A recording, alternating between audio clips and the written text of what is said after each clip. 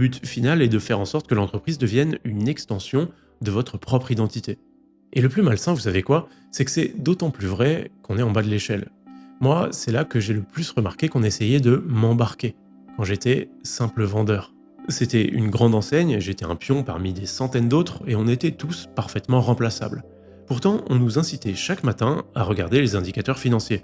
On nous montrait les courbes de vente, on comparait nos résultats avec ceux de l'année précédente, et on célébrait avec les collègues quand on faisait un samedi record de chiffre d'affaires. C'est ridicule hein, quand on y pense.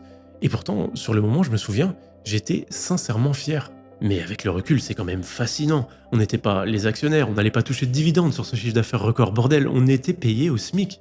Alors ouais, il y en avait deux trois dans le lot qui avaient des primes sur objectif, mais ça cassait pas trois pattes à un canard, mais c'était même pas mon cas. Pourtant, la performance de l'entreprise était devenue assimilable à une performance individuelle.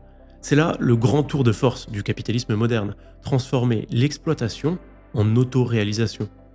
Plus besoin de payer quelqu'un pour fouetter les travailleurs quand on leur a appris à se fouetter eux-mêmes.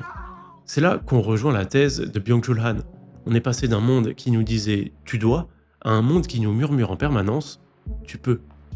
Et finalement, cette injonction, elle est tout aussi violente. Parce qu'une interdiction, une contrainte clairement formulée, au moins elle a des limites. Mais quand on vous dit que vous pouvez tout réussir, que vous pouvez vous réaliser, que vous pouvez optimiser votre corps, votre esprit, votre carrière, vos relations, la contrainte ne s'arrête jamais. Byung-Chul Han appelle ça un excès de positivité. Nous voici dans la société de la performance.